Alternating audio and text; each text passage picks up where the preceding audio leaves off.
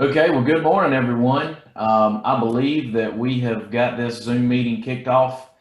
J. Michael, can you give me a thumbs up if you can see us and if everything's good? All right. Well, we very much appreciate your participation this morning in our 2020 virtual Tobacco Field Day. This is very much a new platform for us to deliver extension information and education. And again, we thank you for your patience and your efforts to be with us today. So a few housekeeping items. I want to first introduce our co-hosts for this event. We have multiple faculty, staff, and graduate students that are joining us this morning.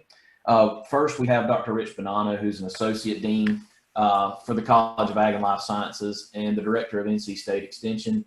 Dr. Bonanno will be delivering a university programs update and then an extension update on behalf of the college. We also have Dr. Steve Lommel, who is the Director of the North Carolina Ag Research Service with us, and Dr. Lommel will be also delivering an update that will be focused to the research programs here in the College of Ag and Life Sciences. We will follow Dr. Lommel's comments with an overview of the current tobacco situation and outlook by Dr. Blake Brown, who is with the Ag and Resource Economics Department here at NC State. And then myself, Dr. Lindsay Thiessen, and Dr. Hannah Barak will provide very brief overviews of some of the issues that we have seen agronomically, insect management and disease management wise in 2020. And then that'll take us to the end of this seminar, where we will have a brief question and answer session. A little bit of housekeeping for that. Right now, everyone is muted except for the host and co-host. We will unmute everyone as we get to the question and answer session. We will also make the chat box available for everyone as well. Again, we had to enact the muting and disable the chat box function for security purposes. If you are joining us via cell phone, you are automatically muted. To unmute yourself once that capability has been opened, you will need to dial *6, and again, you can toggle that back and forth to mute and unmute yourself. Right now, it appears that we are doing pretty good so far as we haven't had a Zoom bomb issue just yet. Those typically show up within the first maybe 30 seconds or minute. If something happens and we do have a security issue, we will cancel the meeting and try to reschedule at another date and time. Two other comments before we get started. Once this meeting ends, there will be a brief 2-question survey that will appear as you exit the meeting. Please fill that out for us. It'll take you 5 or 10 seconds just to rate today's event. Again, that'll help us with programming efforts in the future. And then lastly, this is being recorded. So once we finish the meeting today, we will have everything closed captioned, and we will move forward with posting a recording of today's session via the NC State YouTube, NC State Extension YouTube channel. So again, we thank you for your participation, and we certainly look forward to a wonderful event. With that, I will turn it over to Dr. Bonanno. Dr. Bonanno, we thank you for joining us today, and we look forward to your comments. Thank you, Matt. Good morning, everybody. On behalf of Dean Linton, College of Agriculture and Life Sciences, and myself as Extension Director, welcome to this event. I certainly appreciate your attendance here and your interest in our programs. I wanted to take the first couple of minutes just to give you a little update of what's going on campus. When all of this started really back in March or so, the campus pretty well shut down. All our classes got moved to online. On-campus research was pretty much cut way back. Dr. Lommel will speak about that as well. And most everybody was just told to work from home. And so all of us did that. And the university has been continuing to operate at a very, very low level. But I will say one thankful piece I have to the university is they recognized pretty early on that what we do out in the field, what we do for the commodity groups and for growers and for the people of North Carolina that happen off campus is not something you can just stop doing.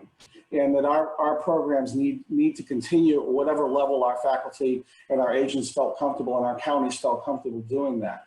So they gave us permission, the university gave us permission almost from the very beginning on the extension side to do what we needed to do and to make sure that we could still serve the needs of the agricultural community. And very, very shortly after that, gave us the ability to allow field research and extension demonstrations to continue. And so we put together a pretty elaborate process between extension and the research office. Dr. Lama and myself were involved along with David Monks and Dale Monks and Lauren Fisher. And we allowed people to put in requests as they saw fit. We did not restrict the numbers that could come in, but we asked people to be thoughtful about what they wanted to ask for, to make sure that they can guarantee the safety of the people at the research stations or the farmers, and that they could guarantee the safety of themselves and their crew, and to continue to move forward. And we approved well over 700 requests for work to happen out in the field around the state between the research stations and growers' farms. And again, research may want to comment on some of that, but I'm thankful that we're able to continue that. So that has been ongoing. From the standpoint of the university, going back up in the fall, Dr. Lama could talk about the on-campus research restart, but I would just simply add to that we are planning a fall semester on campus. It is going to start August 10th, will be the first day of classes. Classes will also be held on Labor Day, and the semester will end the day before Thanksgiving, with finals being completed. So when students leave for Thanksgiving, they will not come back until spring semester. The goal is to bring the students in, keep them here, and not have them going back and forth over the course of the short semester, so that we can deal a little better with them. Some of our classes will continue to be online, some will be face-to-face, and some will be hybrids. But the goal of NC State University, especially in our college, is that we recognize that we pride ourselves on experiential learning, and there's a lot that we do that happens face-to-face that we feel is an important component of what needs to continue. And yeah, last spring was a hiccup, and this fall is going to be a hiccup as well. But we don't want to waver from that base of what we feel that we need to do. Just from the standpoint of extension offices, virtually all of them were closed at one point. As of July 1st, we only have 4 that are still closed, 16 that are open for staff only, 41 additional ones that are open and will allow the public in the front door to ask questions, pick up materials, and so forth, have a consultation with an agent. And then we've got about 40 right now that have actually begun to do in-person programming. We're letting each county start up at its own level based on county government, county departments of public health, and so forth, and whenever the staff feels comfortable to move forward. So everybody's going at a slightly different pace, and it's not every county doing the same thing, but we are fortunate to be moving in that direction.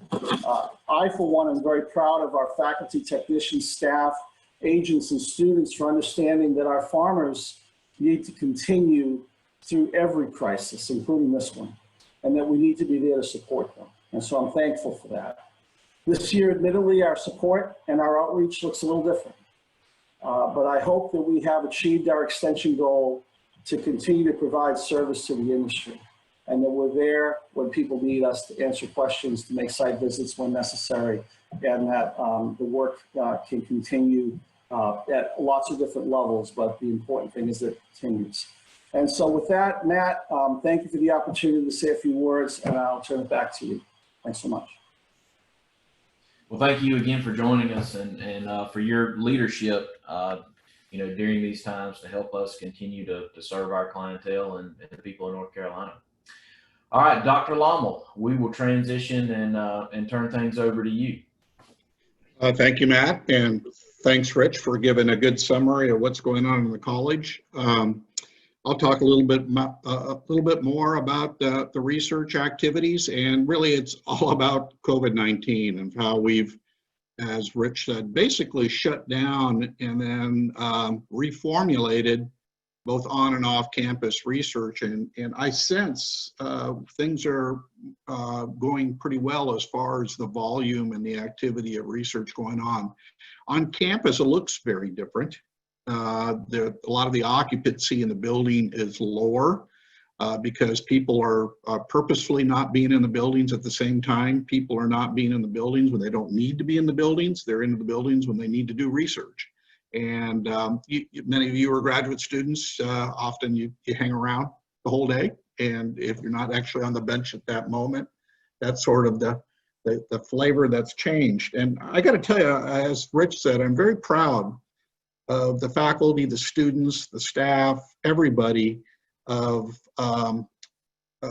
really wanting and keeping the research enterprise going and doing it within the context of COVID-19 and social distancing and PPE. There's a lot of responsibility to do this, and everybody's done it. To my knowledge, there has not been a transmission incident that has occurred on or off campus at NC State University. And as we're building up the research enterprise, again, both on and off campus, there's more people involved, and things seem to be going pretty well. Who knows what will happen when the students come, but as of right now, we have a responsible research enterprise going on, so that's pretty exciting. And as Rich Bonanno also said, the university entrusted to the college off-campus research and extension activities very early on. And it's easier to social distance and to validate that off campus. So our off-campus research enterprise spun up a lot faster, and I think is going at a pretty good pace, although I would love to get stories from some of you folks. I need continual information to see how things are going out there.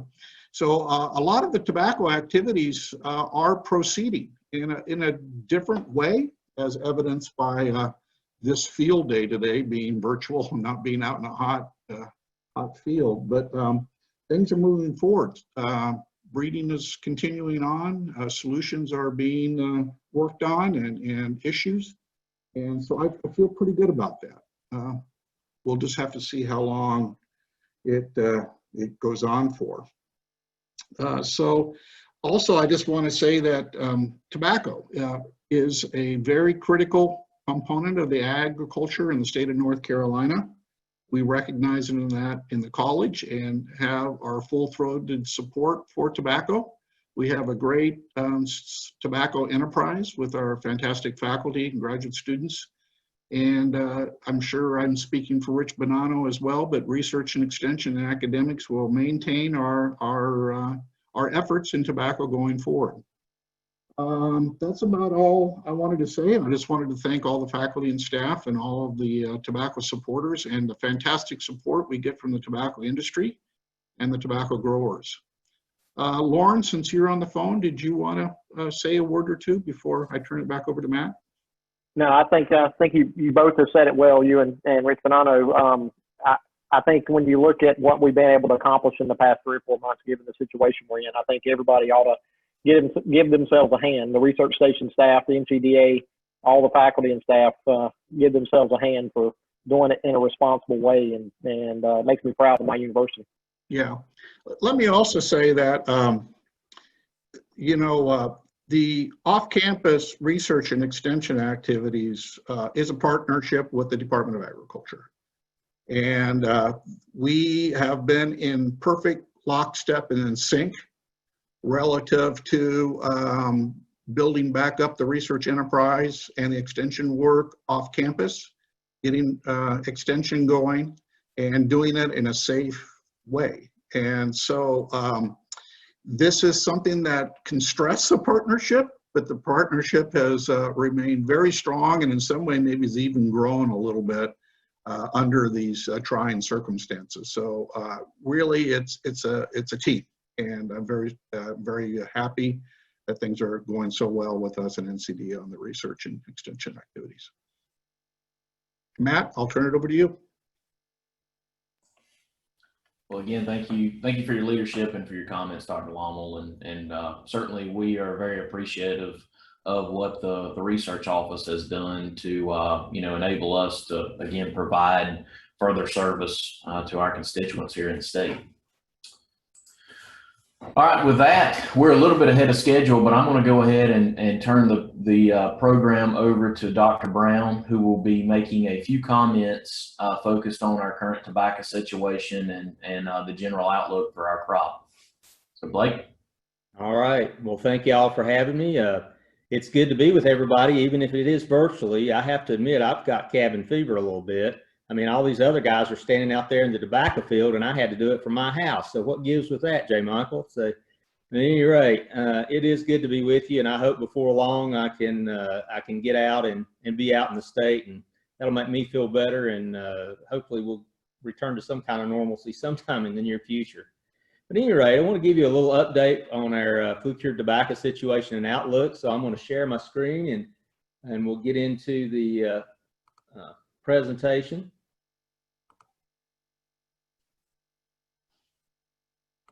Just a second here.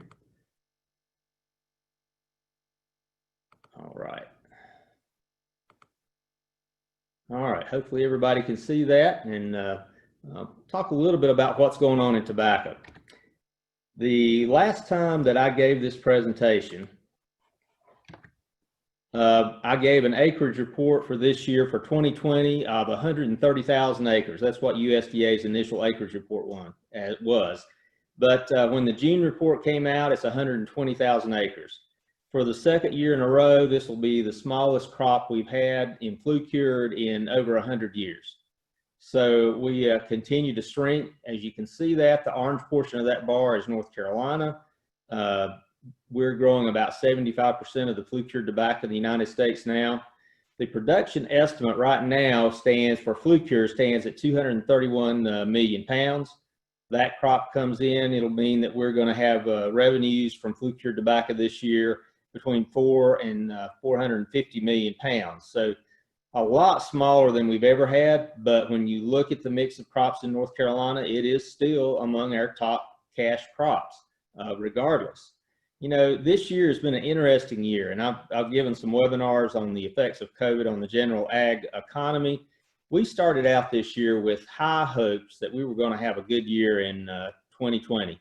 You know, we've been through some tough times in the ag economy in the last 5 years, and we thought this year was going to be an uptick. Both whether it was poultry and hogs or whether it was grain, we thought things were going to be going up, and part of that equation is China. And I'll talk about that a little bit more in the future, but we thought China was coming back, and we thought that would even help our tobacco pounds some. So it's been disappointing, and COVID has just sidelined a lot of things in the ag economy and had big effects.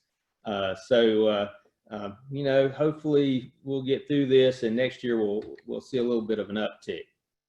I always have to put this slide up and update it every time I do this because it's so important to look at our competitors, in particular Zimbabwe and Brazil.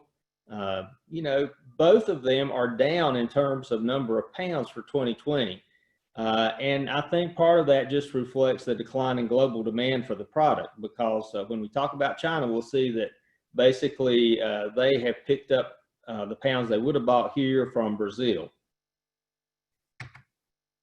Let me just say a word. This is kind of encouraging, I think. You know, we've talked about nicotine delivery products for a long time, especially heat-not-burn and e-cigarettes.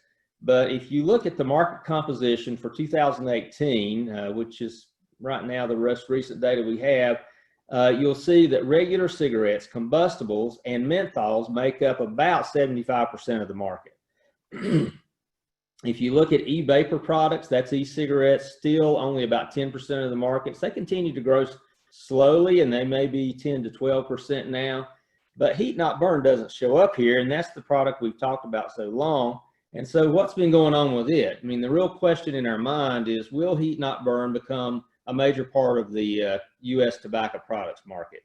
Now, Philip Morris International has been the one that's really pushed this, and they're the ones that really want to make this switch and make global markets more about heat-not-burn rather than traditional combustibles. Japan has been our bellwether that we've looked at. They're still around 20 to 22% of the Japanese tobacco products market, so they have grown there substantially. I mean, we really do hope that Heat Not Burn, for your sake, is the alternative to combustible cigarettes that dominates rather than e-cigarettes. E-cigarettes really don't use any U.S. tobacco. They essentially get all that e-liquid from India and China, and it's a very small amount of tobacco that it takes to make a lot of e-liquid. Heat Not Burn is, of course, a lot less tobacco than a combustible, maybe about a third the amount of tobacco in a heat stick that you have in a combustible cigarette, but it's still much better than e-cigarettes. So it's certainly a better scenario for tobacco farmers if that goes forward. Now, the real news along these lines is everybody's heard us talk about IQOS, which is the Heat Not Burn product that Philip Morris International has introduced into the United States, the one that we were talking about for Japan, and also it's been introduced in Europe. Let's see, I think it was 2 weeks ago that FDA granted Philip Morris International the ability to advertise IQOS as a modified risk tobacco product. Very important. This means that actually when Philip Morris puts this on the market in the US, which it's been on, but they just haven't been allowed to say this, they will be allowed to say that exposure to IQOS is less risky, perhaps less harmful than a combustible cigarette. It's fairly limited in what they can say, and it's actually what they call exposure modification that they've been granted. They can also be granted risk modification under the modified risk tobacco product status. So that gives them a little more latitude, but this is a major step for them. And it's a major step for FDA to recognize this.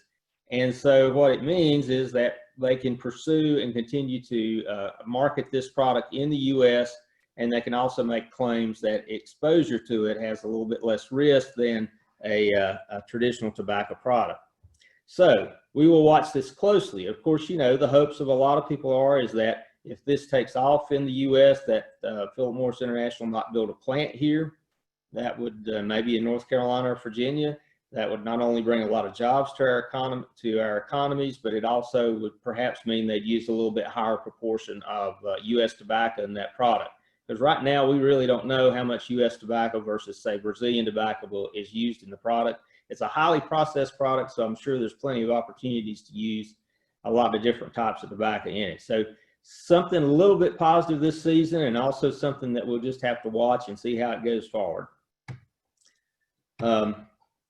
Let's talk a minute about China, because we really had high hopes this year going into the season that China would be back, that they would buy some of the inventories that were originally destined for them back in 2018, that they would buy some of those inventories from the U.S. companies.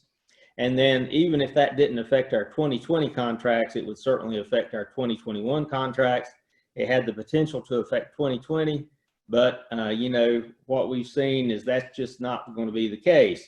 And we were up in 2018, we marketed 60 million pounds to China. The average for the previous 5 years was about 68 million pounds that had been going to China. So it's a very considerable chunk of U.S. flue pure production. And so it was a big loss when they stopped importing any U.S. tobacco in 2018. And as I indicated earlier, they basically have just switched those purchases to Brazil and to some extent Zimbabwe. Well, this was one of the reasons we were hopeful that China would be back. If you've been watching the trade news, the resumption of trade talks with China back around December and into January was a huge deal with the announcement of phase one. Under phase one of the trade agreement, China agreed to import $40 billion worth of purchases in U.S. food, agricultural, and seafood products. Now, prior to this, the most they'd ever imported was like 26 billion. So they were going to have to import a lot more product to fulfill this. And in fact, it's probably also a little bit in terms of the definition of the products. It may have included a little bit broader definition than we had previously. But at any rate, they were going to have to buy a lot of ag products. So folks in the tobacco world felt like that if they bought a couple of $100 million worth of tobacco inventories, that would be a huge help to U.S. farmers. It sounded like as late as April that they would do that. But we then, relations started deteriorating. A lot of that was over issues surrounding the coronavirus.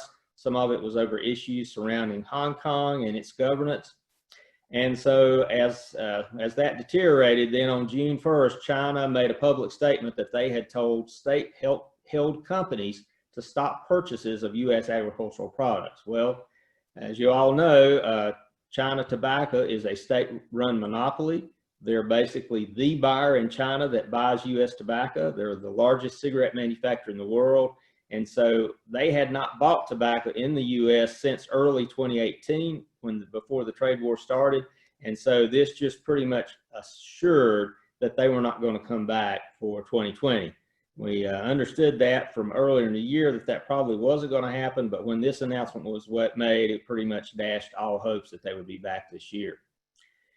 I don't know what to expect in the future. It's going to be very important for tobacco. You know, if trade talks could resume and relations could improve and China comes back in 2021, then, you know, it has the possibility of helping either in 2021 or 2022.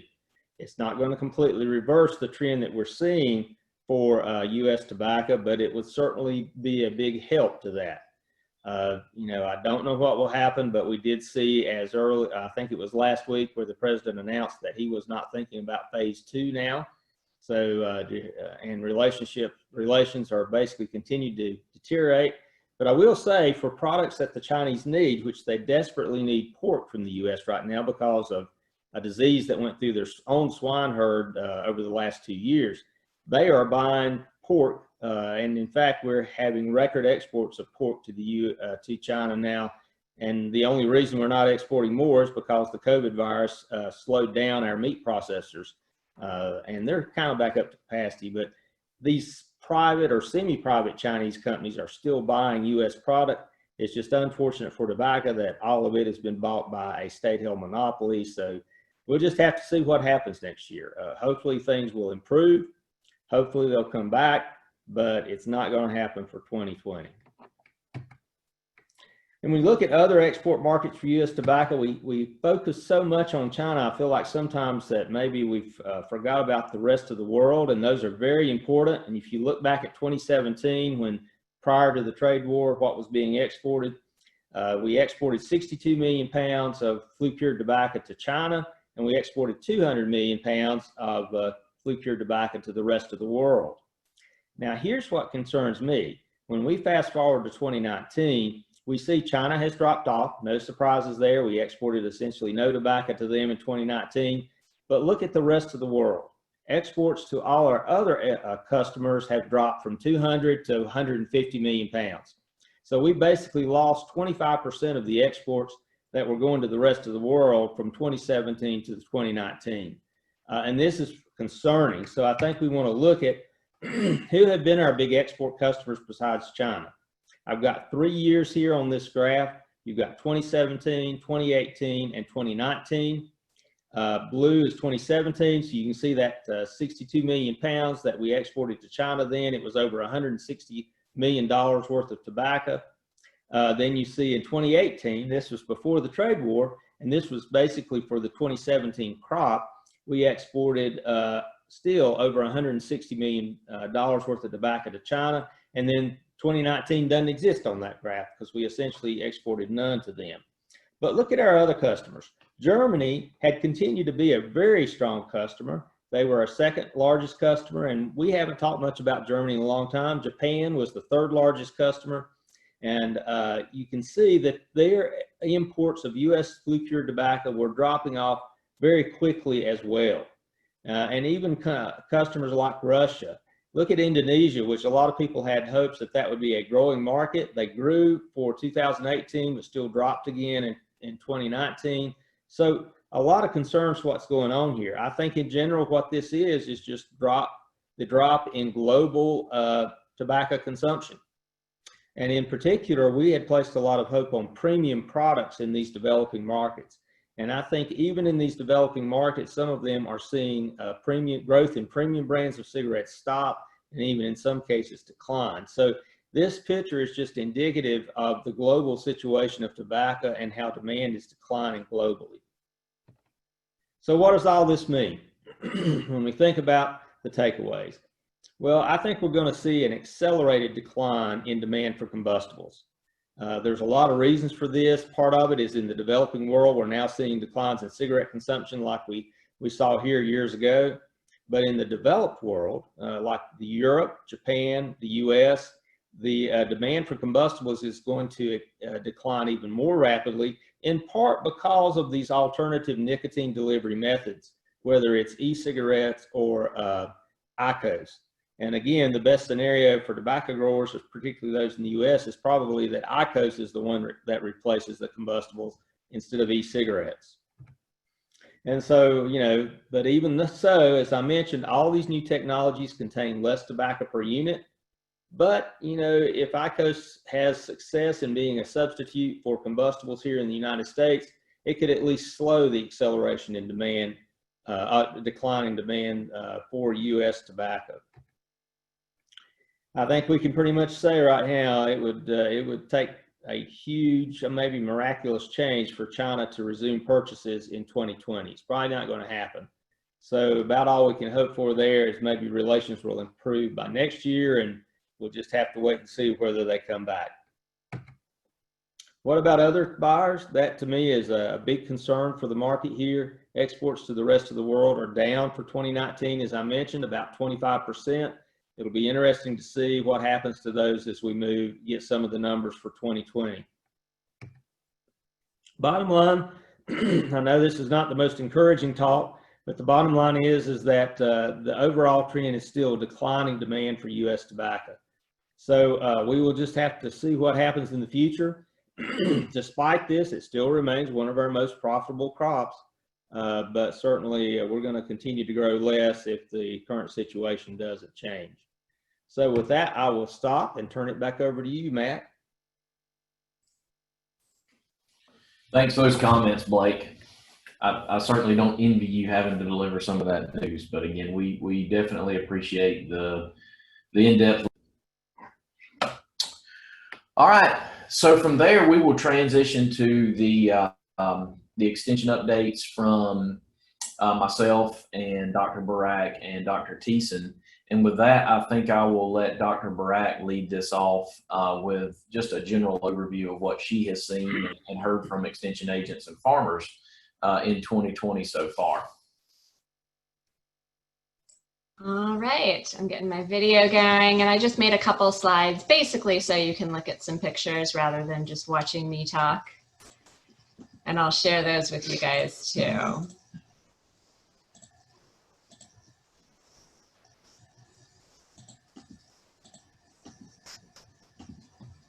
And as everyone else has indicated, it has been a very unusual year for us as well. Let me get up to my first slide. All right, and so I'm just going to share a quick overview of what we've heard around the state in terms of insect management. And it has been a challenging growing season, not only because we've been dealing with constraints associated with access and ability to do research, but also it would have been hard no matter what the research conditions, because the weather was just a real big challenge. And I'm sure Matthew is going to touch on this when he goes over his section as well. But really that's been one of the biggest constraints for our work. Fortunately, the bugs don't care too much if the plants look ugly, and we don't care if the plants look ugly either, because we go ahead and let the insects eat them. I'm going to be sharing mostly a 10,000-foot overview of what we've been observing this year, but I do want to highlight the other person in my program who's been working extremely hard on tobacco research this year, and that's Rocio Davila. She's a master's student in my lab. Her project focuses on determining the feasibility of the use of baculovirus materials to control tobacco budworm in the tobacco system. And she's been evaluating both the efficacy of these materials, frequency of application, timing of application, and then some epidemiological questions associated with how these pathogens might establish in the field. So that's the focus of her research. The video that we recorded using data from our field project this year highlights a little bit of that as well as the specific treatments that she's comparing. So hopefully all of you guys have had a chance to check out those videos by now. But Rocio has been out in the field at least once a week, all day long, collecting data from her experiment too. And this is what our field looked like on Monday when Rocio and I were out there. Our research has been condensed down to work at Rocky Mount this year. So most of my direct observations have been from the Rocky Mount Research Station, the Upper Coastal Plain Research Station in Rocky Mount, and then information that I've gotten from conversations and communications with agents. So the three big themes for insect management in tobacco, at least in this first half of the growing season for 2020, have been that we've experienced less tomato spotted wilt virus than I had expected or feared, which is very encouraging. We had an early hornworm population that started infesting plants much earlier than we normally see. And we've had a prolonged and intense tobacco budworm flight during the pre-topping period. So these were our plants 7 days after we made our foliar application for tobacco budworm on June 8th. And so you can see these tiny little guys about 5 to 6 weeks after transplant. So regarding tomato spotted wilt virus, most likely we have our cool rainy spring to thank for the relatively low infection rate of tomato spotted wilt and tobacco this year. We're coming off of 2 years, 2017, 2018, where we had high rates of spotted wilt infection, more moderate rates in 2019, but we had winter conditions that made us very worried about the likelihood of spotted wilt infection during 2020. It was extremely mild. We didn't really have much of a winter until those late freeze events that we had in spring.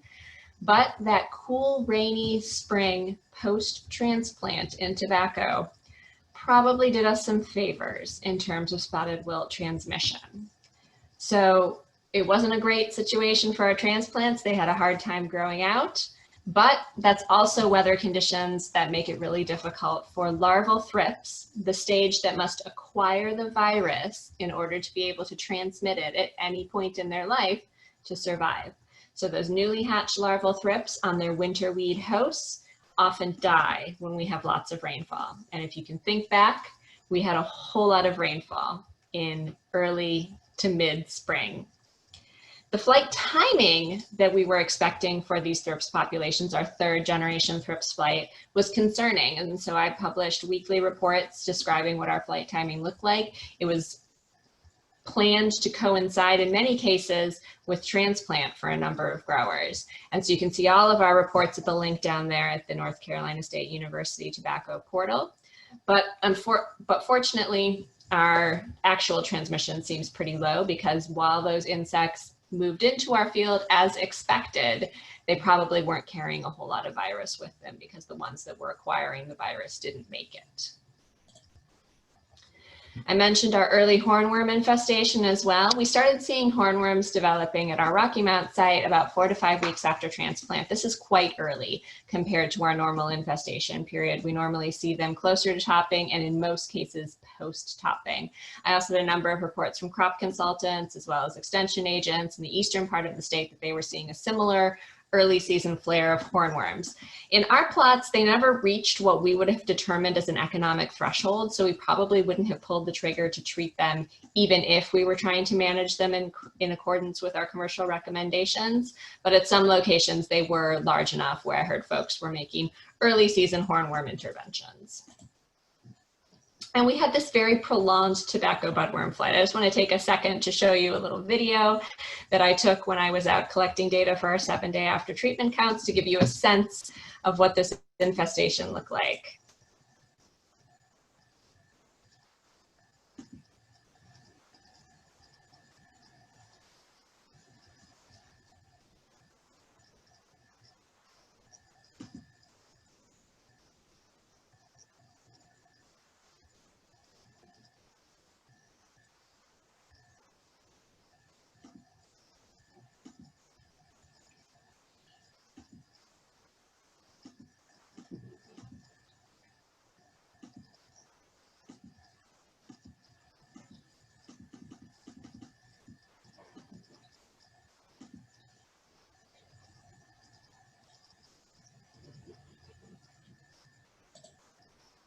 And this was interesting to us in particular because normally we see a 1 to 2 week infestation period for tobacco budworm at this particular location. But we first observed our tobacco budworm larvae in plants on the 8th of June. And we continued to see live active munching larvae out there as late as this Monday, July 13th. So we have had over a month of active egg laying and infestation occurring. The ones that we observed this past week were mostly at the tail end of their larval life cycle and were getting ready to pupate. But this particular video was taken on June 29th, which was 7 days after we applied our at-threshold tobacco budworm treatments in our 2 experiments at this location. And we were still having moths flying around, laying eggs, creating additional infestation. So that occurred a total of 3 weeks after our initial infestation observations. So lots of pressure this year in terms of tobacco budworm. And what that has translated to is some pretty significant damage that we've observed in our plots, coupled with the slow grow off of these plants.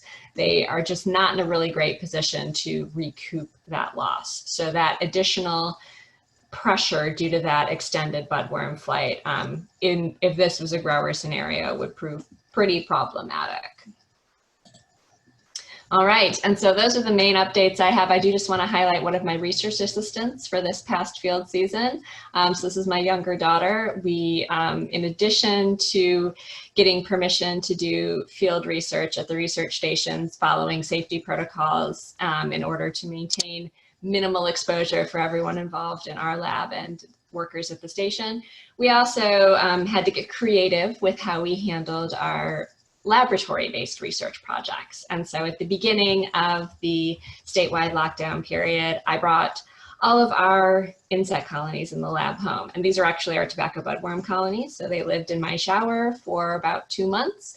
They are now back at the lab being cared for by one of my staff who can work by themselves in a room with the insects on a several-day-a-week basis in order to keep them going. But my kids really enjoyed playing with the insects while they were home for the time that they were here. And these budworms are being used actively in Rocio's research project to look at the efficacy of some of these baculovirus materials for possible control and management against tobacco budworm. So I'm gonna go ahead and stop my share. And I believe I'm gonna turn this over to Lindsay next. So I also have some updates for disease. This year has been interesting to say the least. Let me see if I can share this.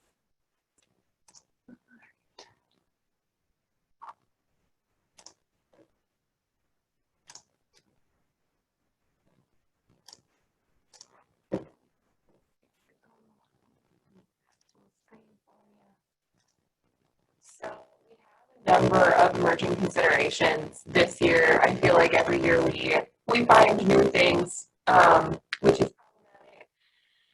And this year is no different. The conditions have been very favorable for diseases this year, and certainly different ones than we normally see.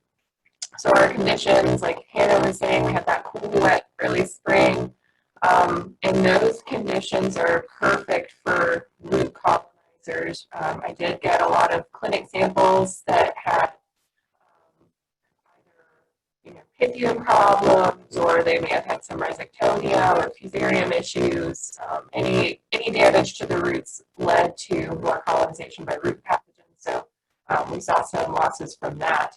We also, at that point in the time, at that point in season, we would see influence by black shank and greville coming in. That's the period when they're really starting to colonize the root tissues, and then around now is when we're supposed to be seeing those plants dying off, and we're starting to see that as well.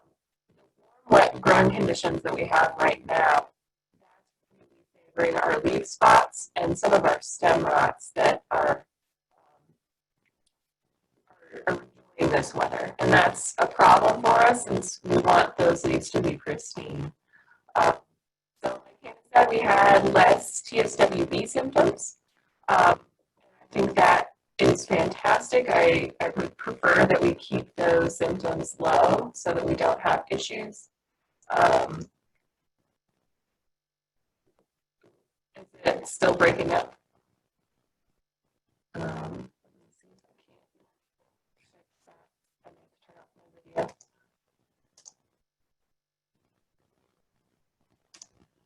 Maybe that will help. If I'm still breaking up, let me know. So some of our vascular diseases that we've been seeing issues with have, are you still getting static on my audio? I'm sorry. Yeah, a little bit, but I think we can hear you when you speak good enough for it to just go on with it. Okay. Well, sorry about that. I don't think my internet is as good as I would like it to be. We do have some vascular disease concerns with our hotspots. This year we're seeing more rhizoctonia sortion. We do see some black shank and some granule wilt. I think the wet weather is supporting those plants, so we're seeing a bit less than normal. These spots are severe. So target spot is the greatest concern right now. It is being reported severe across the state. It's not just one region. And there's a couple of places seeing control failures. And I think that there's different reasons that might be impacting some of those control failures. I put a post online to try to get at some of those other causes. So if you want that link, I can send it to you. But there's any reason from, application error or making an application and not waiting long enough to see whether or not those fungicides are actually impacting those populations, or it could just be that you have some insensitive populations. We are not positive that we're seeing insensitivity yet, but it is something that we are concerned about, and we're evaluating those populations for losses of control. That's a big deal for us for a number of reasons, but our most effective tool is Quadris or doxystrobin, because it's the only systemic chemistry we have that impacts target spot populations. Mancozeb is still labeled for use in target spot in North Carolina as a 24C label, but our concern with that is that it is not as effective. It's also a contact fungicide, so wherever it sits is where it's going to get control. So if you don't have great application coverage, you may not get as much control there. Our organics are also the same way in that they are going to be lower mobility and they'll have lower efficacy. So a lot of those products you'll have to reapply regularly to get some control. Because we have high pressure, that's going to be very problematic for us. Because with those lower mobility and lower efficacy products, they may be overwhelmed in this environment. Still have nematode concerns. This year I've been getting more calls about lesion nematodes, and this is true for all of our crops, not just in tobacco. So our rotations are favoring those lesion nematodes, and that is concerning. Is still problematic for those affected fields, and we're still concerned with the impact of Moidiguynia enterolobii, the invasive nematode, and we have a new nematologist at our department that started this last fall, Adrienne Gorney, and she's hitting the ground running and looking at all alternative options for managing this new pest. We've had some great support from and helping us build some infrastructure to do more testing in more controlled environments. So we'll have a research nursery that we can do some of these research trials more effectively on, which is fantastic. I'll show a couple of quick slides that we have from the last 3 years of testing different products. So this graph is just showing the difference in our treated versus our non-treated, which is that red line. This is galling. So as we have a treatment go out, we rate the root damages. Anything that's got representation above that line is showing that there's more galling than the control, and anything below is less than the control. And I separated out our treatments. They give us significantly greater root damage control than some of our other contact nematicides, which is important. Similarly, this is our yield, and this is just green yields that we took at the end of the growing season, and where we saw our yield impacts were places where we had both nematode control and some fungal control. So things that included like bug or chlorpyrifos, we saw an increase in yield there. So I'll stop that there and return it back to Matt. Okay, well, thank you, Lindsay. So I'm going to share my screen very quickly.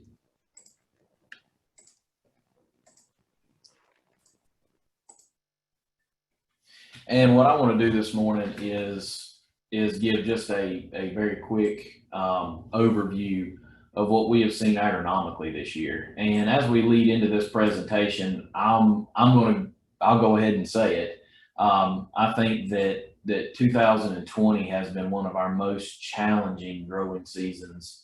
As I talk to a lot of our farmers and a lot of our cooperative extension agents, there have been a lot of questions asked and a lot of scenarios proposed that really fall well outside of our normal circumstances for an average growing season.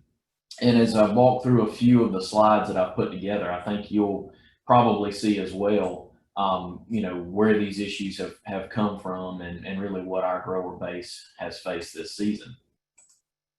So to set this presentation up, I wanted to provide an overview of our tobacco growing regions here in North Carolina. And for those that may be joining us from outside of the state or from outside of the US, I wanted to provide a reference point for a lot of the locations that I'll mention, and even a lot of the locations and growing regions that have already been presented. So if you look at North Carolina, this particular map that I have put on the screen is from the 1950s. So certainly from a time when we grew much more tobacco than we do now.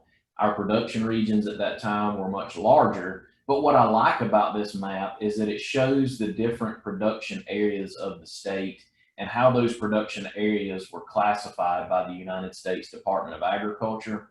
And in addition to that, it shows the different research station locations that were used in the 1950s.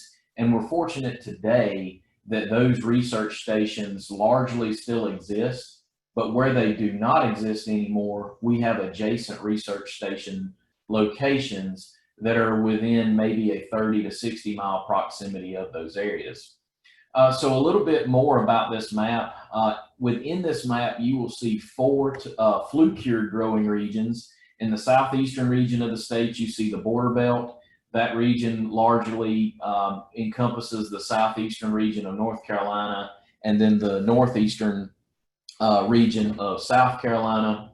Then we go into the Eastern Carolina belt, which is dominantly the area east of Interstate 95, which would encompass, again, sort of the south central area up to the Virginia state line in the northeast.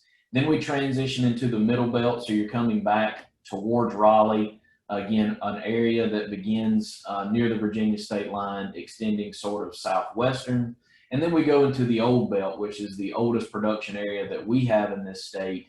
And that extends essentially from the Oxford area west to the foothills of the Appalachian Mountains. Our 5th growing region in North Carolina is for burley tobacco. Again, when this particular map was drawn, burley tobacco was a major tobacco that was grown in North Carolina. As of this year, we'll probably have 300 or 400 acres under commercial production. So we have declined in production very significantly over the last 15 to 20 years since the buyout in 2004. But we do maintain active research programs in burley tobacco, dark air, and cigar wrapper tobacco at our Waynesville and Laurel Springs research stations. So to transition back into the flue-cured area, We have a tobacco research station down here in the Border Belt at the Whiteville location. That is Border Belt Tobacco Research Station. We do not have a research station in Greenville anymore, but rather we have a station in Kinston at the Cunningham Research Station, again, which is probably 45 to 60 miles away. We maintain an active and rather large program at the Rocky Mount site, which is the Upper Coastal Plain Research Station. We no longer utilize McCullers, but in the McCullers area, we do have Central Crops Research Station, which is at Clayton. You see Raleigh here, really in sort of the center of the tobacco growing regions, where the University, NC State, is located. We still have the Oxford Tobacco Research Station, which is roughly 45 minutes to 50 minutes north of Raleigh. That research station, I believe, was founded in 1912, so it is one of our older research stations. We no longer have the Old Belt Research Station in Rural Hall. That was transitioned to Reidsville in Rockingham County some years after this map was made. That station is named Upper Piedmont. We no longer have tobacco there as of about 2013. So we are missing a gap in this Old Belt production region. To make up for this, we do conduct a number of on-farm research trials in this area to try to develop recommendations specific to this very unique growing environment. So again, we still produce tobacco from the coast here in the east all the way into the Appalachian Mountains in the west. Again, if you look at production by county in 2020, you will see that these areas have constricted to some degree. But again, we still do have tobacco that represents, all of these different areas, again, just in a smaller degree. So I'll orient you here to the legend here in the bottom left.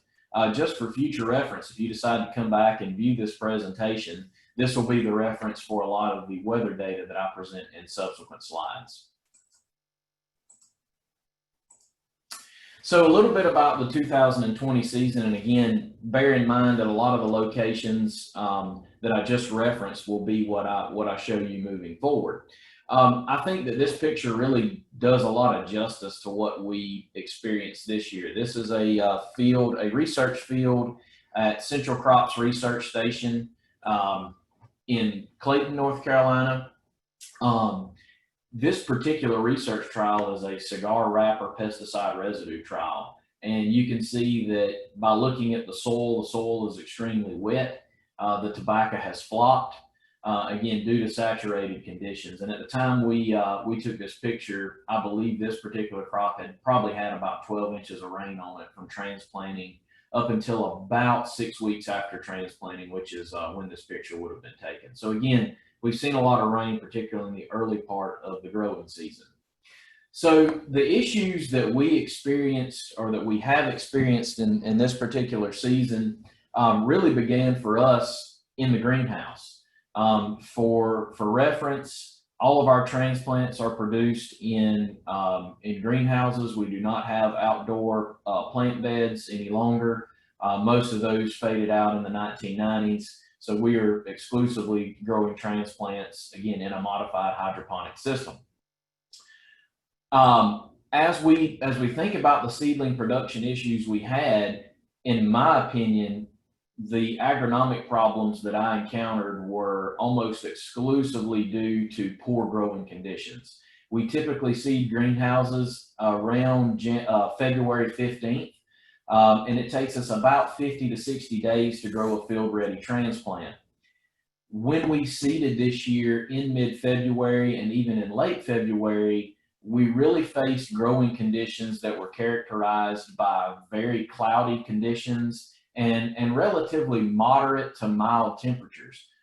In February here in North Carolina, we typically think of that as one of our colder months. It's not unusual for us to have very small snowfall events in February.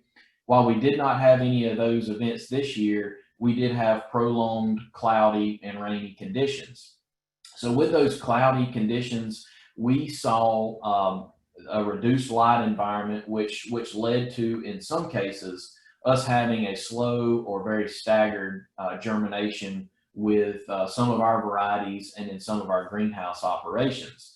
So with those delays in germination, that led to growers maybe deviating a little bit from our standard practices when it comes to fertilizer application.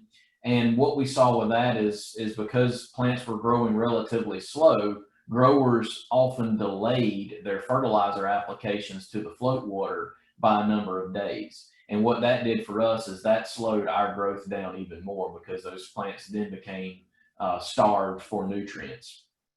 With that staggered and delayed germination, we also had a few cases where growers had used household bleach solutions to sterilize their float trays, which is something we do not recommend. Where growers did that and then experienced a slow growth or slow delayed germination, we saw an accumulation of sodium and chloride in the media of some of our trays. And as you see in this picture, we see slight bleach injury, again, with the stunted plants on the outside of the tray. We saw this in a few isolated cases where, under better growing conditions, plants probably would have been growing ahead of some of that, some of the sodium and chloride influx into the media. Again, that is not a standard recommendation for our growers to use bleach to sanitize trays. Lindsay Thiessen and Grant Ellington have done a lot of work to provide guidelines for how to properly steam trays for sanitation purposes. So we encourage growers to do that because it is much safer from a tray residue standpoint. So if we fast forward, throughout the growing season, because of, again, poor growing conditions, slow growing conditions, and then some disease-related problems, we had a very limited plant supply. We went into the growing season, maybe 2 or 3 weeks before we started to plant. I felt personally like our seedling supply would be adequate, but it would not be excessive. Historically, we usually have a oversupply of transplants because growers, are apt to seed more than they have acres to plant. Again, just in case there is, added acreage at the time of transplanting, or greenhouse failures in certain parts of the state. That was not the case this year. Due to contract cuts and even growers that have exited our industry, we just didn't have as many greenhouses seeded this year. So again, our transplant supply was very tight. We leaned on greenhouse operators in the state of Georgia to ship plants up here where needed. And as you'll see in later slides, we even had a couple of unexpected frost events after transplanting that led to a few fields that needed to be retransplanted. So again, that furthered our seedling supply issues.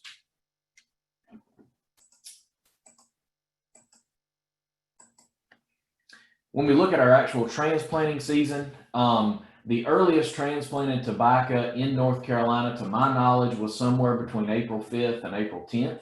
That is very common for the southeastern and far eastern regions of our growing region in this state. Once we started to transplant tobacco, we saw that it, again, was a very slow process that was very staggered because of rainfall events that kept a lot of our growers out of the field. We also saw that while our month of March was relatively moderate, our temperatures and rainfall became very problematic in April. So again, that delayed some field preparation work, which in turn delayed a lot of our transplanting. The latest transplanted fields that I'm aware of were in the far western parts of the state in isolated areas, and that would have been somewhere between maybe June 5th and June 15th. So some of that crop is roughly 1 month old right now. So again, we have a very wide range at this point in crop stages. And again, all of that is due to environmental conditions, which I'll walk through in the next couple of slides. Going into 2020, our goal was to transplant every acre of tobacco as fast as we could. We saw last year that the earlier transplanted crop seemed to do much better because we had a very dry and hot May and June, and that really hurt some of our middle to late transplanted crop. So again, with reduced acres, reduced volumes this year, our grower base felt like they could hit the field, hit it early, and get going that really didn't happen in a lot of places.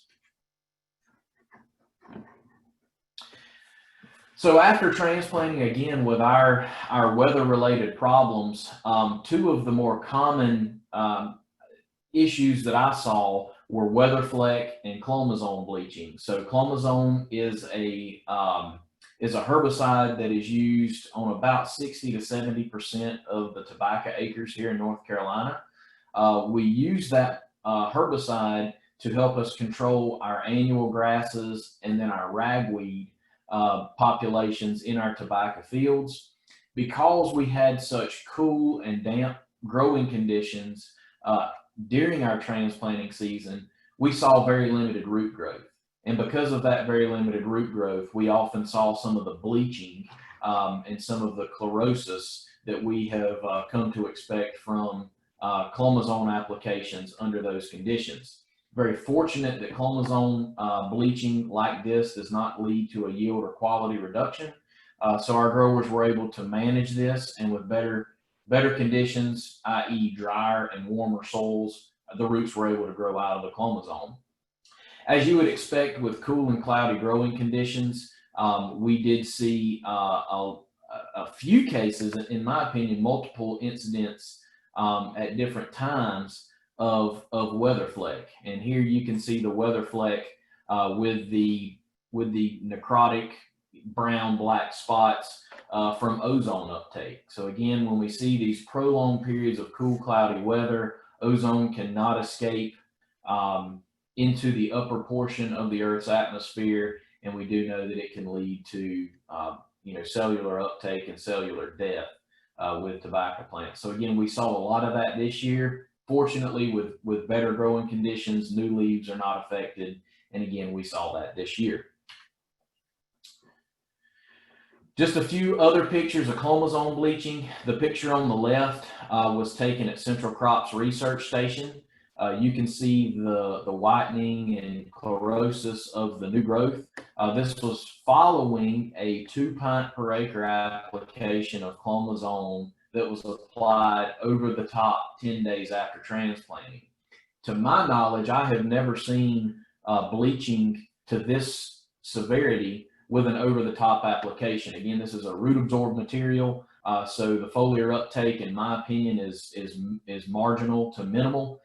So again, this shows you how much rain we had that a post over-the-top application is putting this much herbicide into the plant following rainfall. The picture on the right was actually submitted by a farmer in Wilson County. The clomazone injury there is much, much more extreme. Again, you see the whitening, the bleaching of almost the entirety of those 3 older bottom leaves. Again, with better growing conditions, the new growth does not have this bleaching. And again, we do not see issues pertaining to yield and quality. So it is purely cosmetic. It is often very difficult for our growers to look at. But again, when we focus on the benefits that this herbicide brings to us in terms of controlling grasses and ragweed, this kind of injury is very minimal in my mind. So as I said, we experienced very unusual growing conditions, and what I have here is a readout of thermocouple probes that we installed at the Central Crops Research Station over Mother's Day weekend. So the period of time that this graph reflects is Friday, May 8th through Monday, May 11th. So we're looking at roughly, I guess, about 72 hours of data collection. This particular weekend, it was forecast that nearly the entire state of North Carolina may approach freezing conditions. And again, we're looking at May 10th and May 11th as the primary dates that event may happen. So those freezing dates, those frost dates, are very, very late for this particular growing region. We were fortunate that with this particular event, we did not reach freezing. We did not have frost that accumulated on our plants. So we missed an issue from that standpoint. But I think we gained insight into some neat data. So we had 2 different data loggers set up in our field of tobacco, and each data logger had 4 channels with a thermocouple attached to them. we placed a thermocouple 3 inches below the soil surface, a thermocouple 1 inch below the soil surface, a thermocouple at the soil surface, and then one at bud height, which was about 2 to 3 inches above the soil surface at this particular time. This tobacco had been transplanted for roughly 2 weeks, so it was still extremely small and extremely vulnerable to cold and freezing conditions. So again, you can see the temperature readout. Each line is an average of the 2 different field locations. And again, we were extremely fortunate that we did not record temperatures that might be indicative of frost, certainly temperatures that were not indicative of a freeze.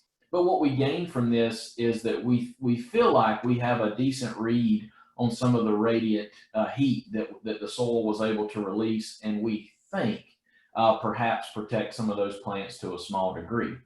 Again, this is probably a situation that is not applicable to all farmers in all situations, but I think it gives us some insight into the temperature readouts and temperature profiles that we might expect under these growing conditions. We also have data collected from the on-site weather station at this particular field site.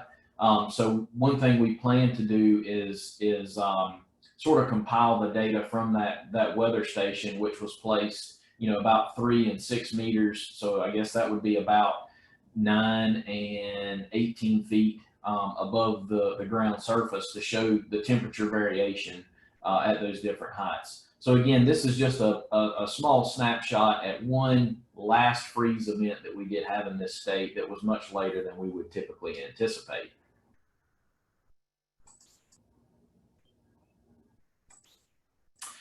So in terms of precipitation, as I said, it has been an extremely wet growing season. This particular map was compiled by the National Oceanic and Atmospheric Administration here in the United States, and it provides county by county rainfall estimates to really just show whether it's been a dry, average, or wet growing season. And if you look at North Carolina here in the Central Coastal Plain on the eastern seaboard, we see a lot of blue and maybe darkish blue that would be indicative of a wet growing season when you look at the parameters that NOAA would use to assign these designations. So again, it has been extremely wet. This particular period represents March 1st through May 31st. So we're looking at a very small snapshot in time. And quite frankly, when you consider the month of March for us, that is not generally our production season. We are in the field preparation season. Some of our growers may be applying soil fumigants and preparing land at the end of March, but by and large, our season would be initiated in April, and I'll show you some of that data in the next slide. But what I think is important here is that we knew in March, as we approached our field season, we were already approaching a situation where our soil conditions were not ideal for tobacco production. So again, I think that really sets the stage for where we are now. If we look at our seasonal rainfall, I collected data from, let's see, 3, 6, 8 of our research stations in the tobacco growing regions of North Carolina. And I'll remind you that we do not grow tobacco at Upper Piedmont, but it is in the heart of the Old Belt, so it should be included here.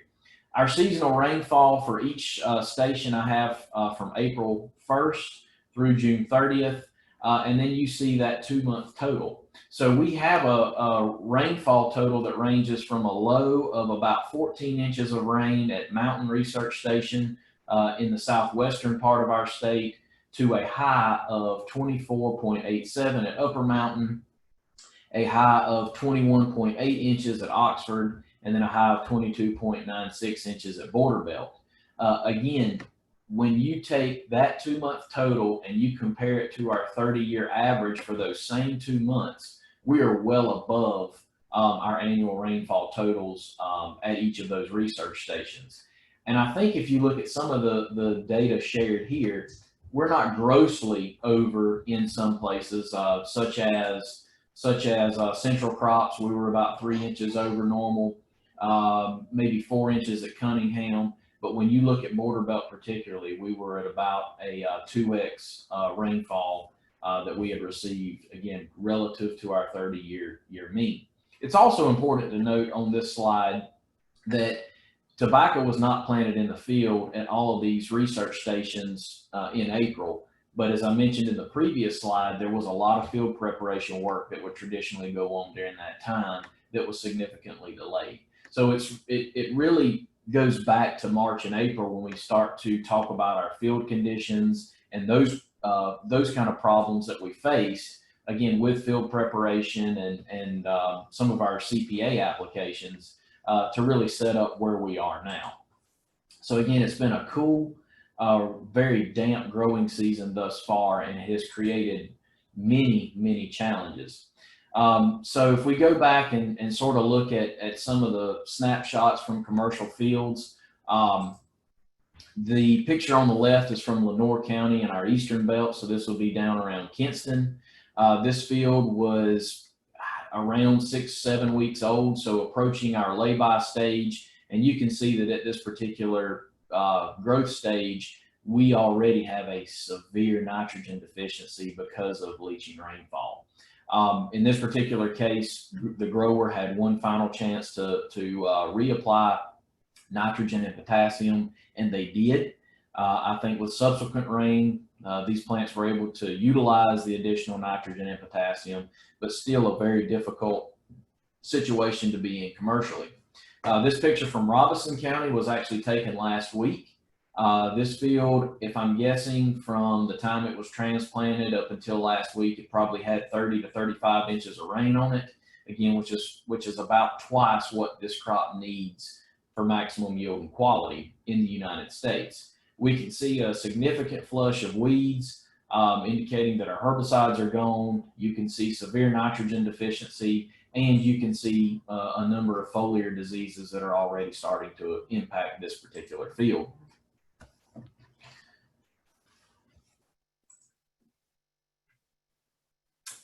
Pictures on the left were submitted by a crop consultant in the Johnston and Harnett County area of our eastern belt. And this gives you I guess a snapshot into what our root system looks like this week.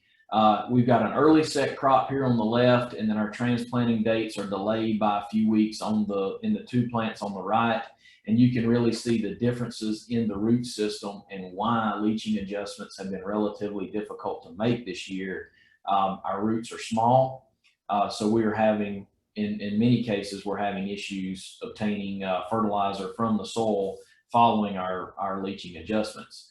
Another picture on the right is from Robeson County down in the border belt, and this is the side of a bed. The bed's washed out, but you can see the roots of the tobacco plants that are exposed to the atmosphere because of soil erosion, and because most of these roots are growing on top of the bed as opposed to growing downward and into the bed. We transition into the old belt, and the situation is a little different. While they have had a lot of rainfall in the old belt, most of it came before tobacco was transplanted. So we've got a beautiful field in Person County that was submitted by a farmer. Again, to me, this crop has just passed lay-by and looks the way a crop in the old belt should, given its growth stage. And then we have a crop here in Forsyth County, just outside of Winston-Salem in the old belt. And this is actually an on-farm trial where we will be testing sucker control treatments. So you can see that we're very close to making those applications. And I would say with a moderate rainfall or two, this crop has a lot of potential to fill out and do very well. So our frequently asked questions this year, they were numerous. And again, some of them, we made recommendations that we never thought we would. One of the common questions was how much nitrogen and or potassium should we reapply? Again, seeing those pictures, I think it's very obvious why that question came about. And I think our application rate recommendations for leaching adjustments ranged from 5 or 10 pounds per acre upwards of 30 to 35 pounds of nitrogen per acre. Questions about what can I do to make my roots grow better? Again, that is a function of soil temperature and moisture, and there's really not much that can be done at this particular stage of growth. Questions pertaining to why won't my crop grow? And responses to that range from soil compaction and poor growing conditions to excessive soil moisture. What are my best options for weed control moving forward? Again, knowing that timely cultivation probably didn't occur and that herbicides may have been leached from the soil profile, we really had to get creative and work within the labels of the limited chemicals that we do have. And then what should I do with my first contact application? Because of the unevenness of this crop, some difficult decisions have been made about when to apply first contact and then the resulting impact of chemical topping that may occur given that variation. So where are we now? Again, we've got a very small root system and we've had multiple leaching adjustments in multiple places. We come out of a hot or a cool wet spell, and from June 29th to July 6th, it has been extremely hot and extremely dry. And I have told many farmers in many places that we need a little bit of rain now. And if I'd have said that 2 or 3 weeks ago, I probably would have gotten a few looks like I was crazy. So our growers have worked very hard to help this crop recover, and most have started to harvest now. So what we need is good, slow soaking rains, maybe every 7 to 10 days, and in moderation, 1/2 to 1 inch per week. Moderate temperatures that remain under 90 degrees to help this crop fill out and reduce stress. And we need time. We have made late season leaching adjustments. We need time for that nitrogen uptake to happen. And we need time for the upper stalk to fully develop and take advantage of our growing season. But probably most importantly, we need a good marketing season for our growers.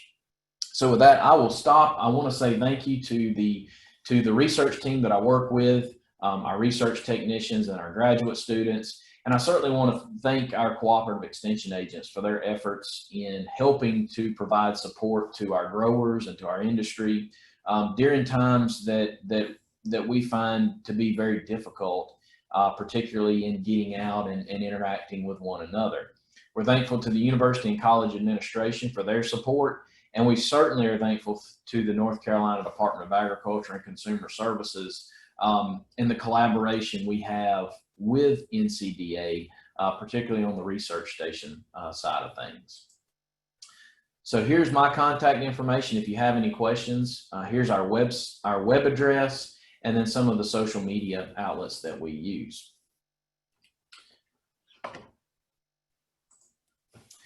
So with that, I believe that brings us to sort of the end of the presentations.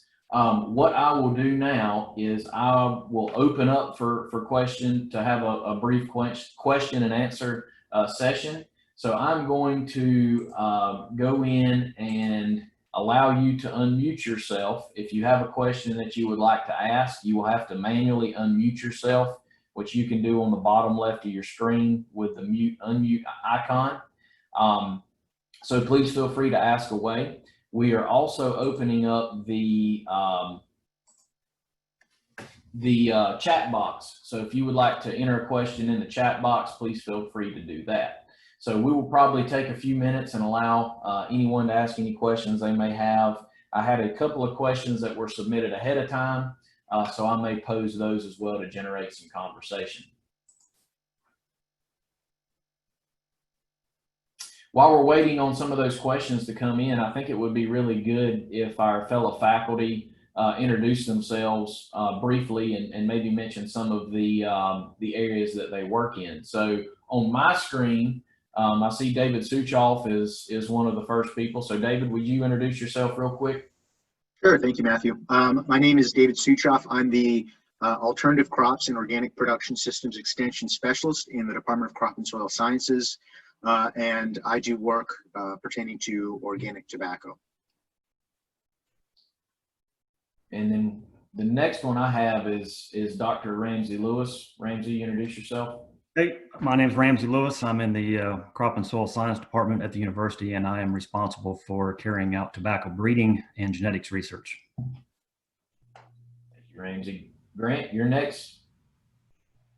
You're muted, Grant.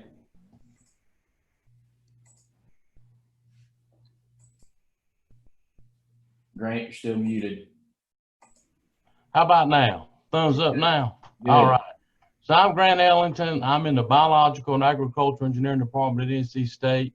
And most of the work we're dealing with on-farm work is primarily with post-harvest mechanization, curing, and energy consumption. Thank you, Grant. Alex Woodley, you're next up. You're muted, Alex. Alex Woodley. I'm in sustainable and organic soil fertility work, and I've done most of my work with related tobacco has to do with legume cover crops over the last couple of years with Dr. Van. Bill Foote, I've got you next. All right. Good morning, everybody. I'm the director of North Carolina Crop Improvement. We are responsible for administering the certified seed activity in tobacco and other crops. I'm partially responsible for recorded variety trials, and that's the extent of our involvement with tobacco. Great. We've also got a few graduate students that that submitted presentations for our recorded webinar. Let's see. The first one I see is Raymond Garcia Rodriguez. Raymond, would you like to introduce yourself? Hi guys. Yeah, so thank you for the introduction, Dr. Matthew Van. I'm a graduate student working in the Dr. Thiessen lab, and I have done some research on biological control for Ralstonia solanacearum, the common causal agent of like ground belt wilt. And I don't know, I hope you guys like the video. If you have any questions or any any questions about the specific of details of the research, just feel free to answer. Ask the questions here. All right, thank you, Ray. Maggie Short. Good morning. I'm Maggie Short. I'm a master's student in crop and soil sciences working in Dr. Van's lab doing some tobacco research as well as a little bit of hemp research. So I'm glad to be a part of it this morning. Thank you, Maggie. Colin Blaylock, are you with us? Yes, sir, right here. So I'm Colin Blaylock, and I'm a second-year grad student with Matthew Van, Blake Brown, and Lauren Fisher, working on delugging budgets and flea-cured tobacco. Thank you, Colin. And we have one more video from Yara Rivera. Yara, are you with us? Yes, I'm here. Hello, everyone. My name is Yara Rosado, and I'm the research assistant from Lindsay Thiessen. So I basically run the tobacco and now the hemp trials. Thank you, Yara. So I think that covers basically everyone that participated in the recordings and then with everything today. Actually, I'm sorry, Cordelia, there you are. I'm sorry, we've got one more. Hi, everyone. I'm Cordelia McAnuff. I'm a master's student in crop and soil sciences working with David Suchoff on organic production systems for tobacco. So if you have any questions about the two videos that I made, please reach out and I'd be happy to chat. Thank you, Cordelia. All right, so we've had two questions submitted in the chat box. I think most everyone can see, should be able to see those questions. But I will read this. We've got one from Mitch Smith, who has returned to Extension. Mitch was a longtime county agent in Pitt County and retired and has subsequently come back to fill a vacancy or two around the coastal plain. Mitch's question, he's noticed an increase in target spot and some sortian.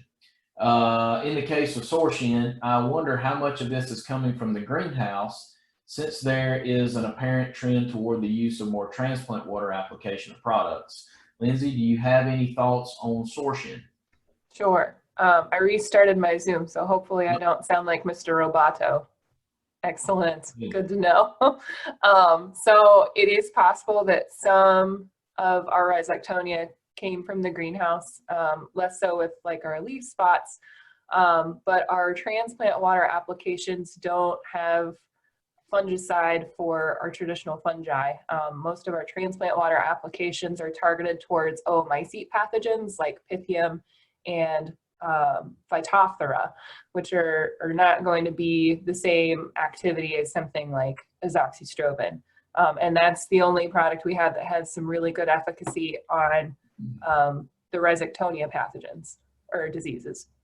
So it is possible that some of it is coming from the greenhouse, but for the most part, I suspect that a lot of this is from the field. The conditions for the pathogen to produce spores are really what we've experienced this year. And when I see a lesion start farther up the stalk on those lower node positions, but not at the soil line, that is where I'm expecting an airborne dispersal of spores causing that stem lesion and those leaf spots. So it's a great question. I do think there's a little bit from the greenhouse, but I suspect most of this is from the field. Thank you, Lindsay. All right, so question from Bryant Spivey. Bryant is the county director in Johnston County, which is our second largest tobacco growing county located in the coastal plain. Bryant has asked Blake to possibly expand about what he sees as the most likely scenario for acreage over the next 5 to 10 years. And how much decline does Blake expect, and where will production be located? Thanks, Brian. I think what we'll see in the next 2 to 3 years, with the exception of the possibility of China coming back, is we'll continue to see a decline in acres. I don't know exactly how much to tell you that will decline. The two things that will affect that will be whether or not China returns. And I don't know that we will see the return of China cause acreage to go up, but it could certainly slow the decline. The other factor is IQOS. If we move fairly rapidly to a heat not burn market, then overall that causes a continued decline in acreage. The thing that might offset that would be if, for example, there was an IQOS manufacturing facility located in the U.S., perhaps North Carolina or Virginia, and they decided to use a fairly high proportion of U.S. tobacco. Those are big ifs. I don't know the exact extent to that, but the decline in demand for tobacco is not going to stop, even if China comes back, unfortunately. I think what we would probably continue to see is increased concentration around the I-95 corridor in North Carolina and around the Wilson area, just like we've seen over the last 10 years. Tobacco continues to concentrate in a fairly tight area. The exceptions would be as if we see some need for some different style tobacco out of, say, the northern Piedmont or some other areas, perhaps Georgia. But I'm afraid the trends that we've seen over the last 2 to 3 years are continuing. So it's going to be continued consolidation. Thank you, Blake. One quick question from Luchamara. I believe Luchamara is out of Brazil. This is for Lindsay and Hannah. You show less problem with tomato spotted wilt virus. Do you have problems with TCSV and GRSV because it's in the same group of topovirus? So I don't know what Hannah's seen as far as tospovirus in tobacco in other places, but from what we're seeing come into the clinic, we're not seeing any other tospovirus impacts in our area. That's not to say that there's not other tospoviruses out there, but they're not causing significant injuries here. Yeah, and I'll echo that. We don't tend to see any other tospoviruses in tobacco in the U.S. other than tomato spotted wilt virus. And for those of you who are not pathologists or entomologists, tospovirus is the family of viruses that are vectored by thrips. And so very few of them are actually an issue in crop production here in North Carolina, but tomato spotted wilt is the one that is most significant. There's a handful of others that potentially can cause problems in the southeastern US, but for the most part, there's nothing other than tomato spotted wilt moving around in our tobacco fields. All right, one other question that was just submitted, and this says Matthew and Ramsey, but I'm gonna kick it to Ramsey and Lauren. Are there any possible changes to the flue-cured minimum standards going forward? Andy, I don't know. Yeah, I'll tackle that first. You know, the minimum standards program is designed to ensure that farmers produce styles of tobacco that the industry can use in their products. And, you know, as some of the things Blake talked about, as the technology changes and maybe what types of products consumers are using changes, then I could see a possible need to look at what we need to do to ensure that there are varieties out there to help the industry meet that goal. So the short answer is possibly, but I think it depends on what the industry needs from the farmer. Ramsey, if you want to add to that. I would just say that program is jointly administered between university personnel and industry folks, and therefore any changes to that program would come from a joint conversation. You know, I think we have had discussions about that a number of times in the past, but we've never really changed the numbers. I'm assuming you're referring to concerns about nicotine.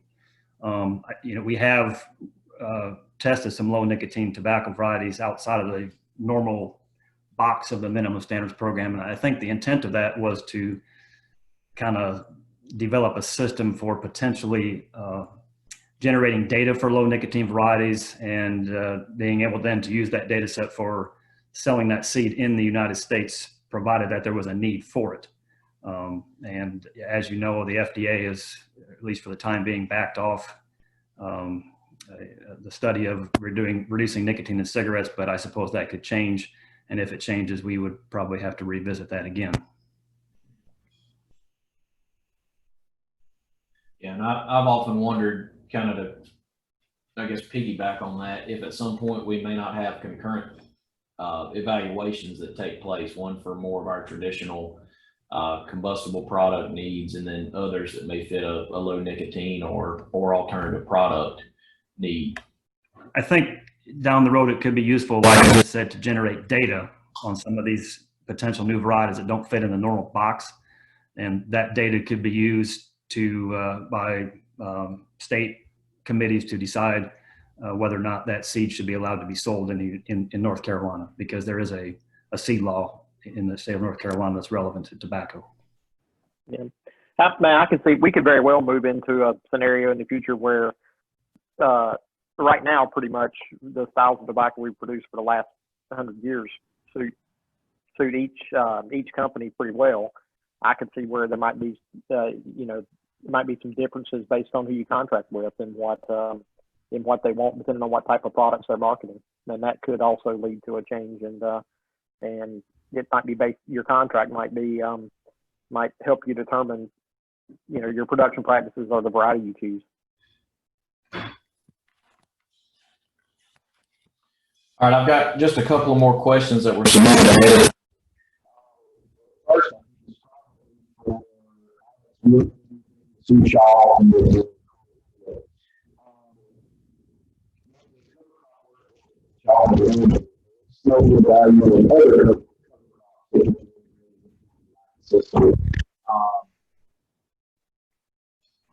Can you hear me okay? Okay.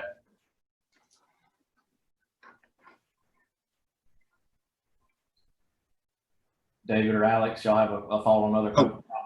Can you repeat that question? We couldn't really hear you. Okay.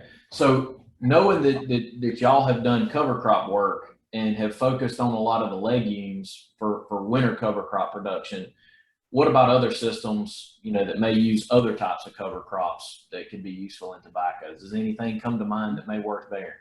Yeah. So Cordelia, graduate student who's doing some of the organic work, has been focusing on some no-till tobacco organic production. And in that case, we're using a cereal rye cover crop. So when we're conducting any type of no-till, we really want something that's got a high carbon to nitrogen ratio, because we want it to last in the field. The leguminous cover crops are great for supplying nitrogen, but they break down pretty quickly in the field, so you don't get any of that weed management benefit. So this is the second year that Cordelia has been doing that research, and it's been really, really good research. I know the theme for a lot of today's discussion has been how difficult this season has been, and that's no exception for the organic work. In fact, I feel that for us to find how poorly a no-till system could do, this would be the year for it. One of the knocks for no-till is that because you have that thick mulch layer on top, you end up cooling the soil a bit. You maintain more moisture. Well, that's great if you have a really hot, dry spell early on, but this year it's been so cold and wet that it's been quite difficult. That being said, we're still getting a lot of good data, and it's going to be interesting to see how it all pans out. But that's kind of some of the research that we're doing with that type of cover crop. I don't know if Alex wants to add anything to that. We did similar work on organic sweet potatoes last year, looking at a cereal rye. And what's critical is that you need a certain amount of biomass for it to have any type of weed suppression ability. We had some kind of weaker crops, and if you have a poor stand, you're not going to get any weed suppression, and actually just makes it worse because then you can't do repeated cultivation for weed management. So it's really, if you want to attempt this, you really got to look early in the season and see if you have enough stand between like 6,000 and 8,000 tons per hectare. Otherwise, it's going to be a mess. So it's kind of a fine art using these things for cover crops, and it really depends on your winter season. Yeah, if I can actually add something to that, really having that biomass is critical. So the first year that we did the no-till study, we were concerned about any nitrogen left over, say if we were to fertilize our cover crop, and so we did not fertilize our cereal rye. Now, because of that, we really didn't get that biomass that Alex had mentioned that we really need for good weed suppression. And so in this past year, we ended up putting around 30 pounds of nitrogen on our cereal rye early on in the season, and it made a world of difference. We got a really fantastic cover in terms of the amount of biomass produced. You know, some people even recommend bumping that up to 60 pounds. So you do an initial 30 pounds in around early winter, and then you come back in the early spring and apply another 30 pounds.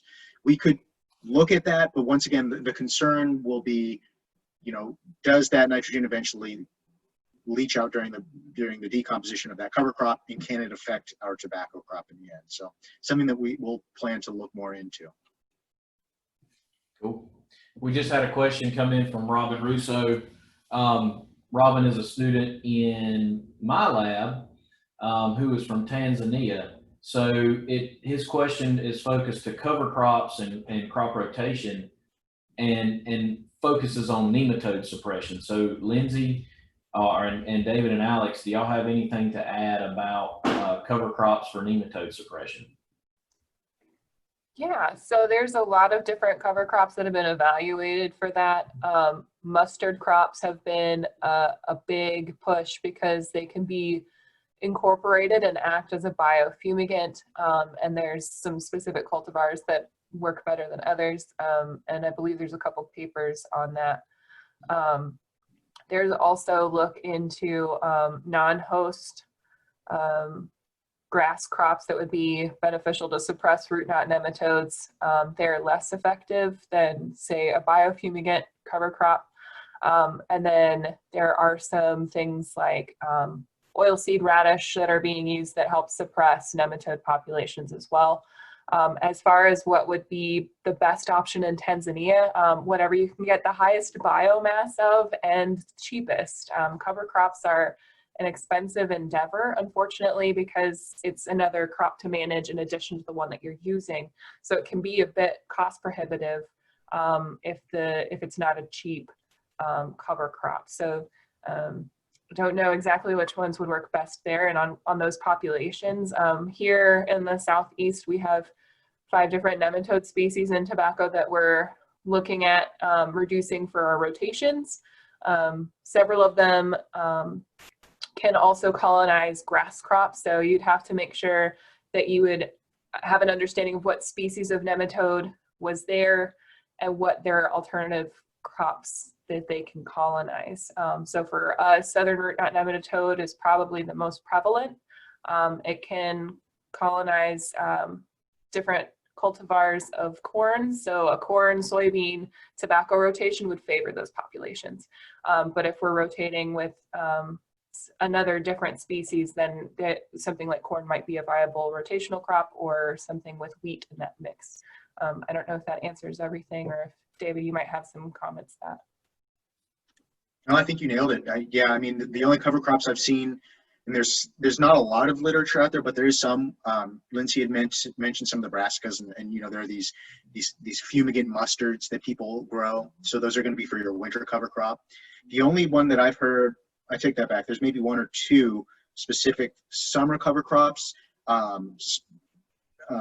either sorghum or sorghum Sudan grass. There's been some evidence that they either are not hosts or they can actually reduce the population. I don't know if there's a separation between that. And then I also believe Crotalaria may also inhibit nematode populations, but don't take my word for that. I'd have to look at the literature. Okay, thank you. All right. Well, those are the end of the questions that were submitted in the chat box and ahead of time. So certainly want to thank everyone for participating today. Does anybody have any closing comments that they'd like to make?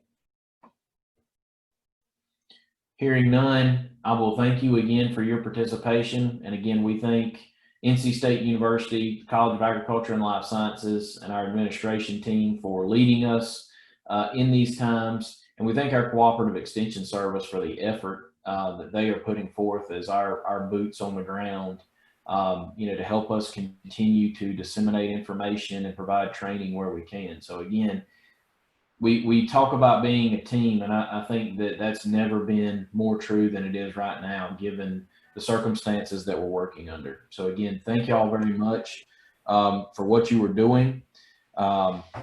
You know, again, this has been a very good event in my opinion, and hopefully something that we can gain some momentum from. So with that, I hope everyone has a good rest of your day, and thank you again for attending.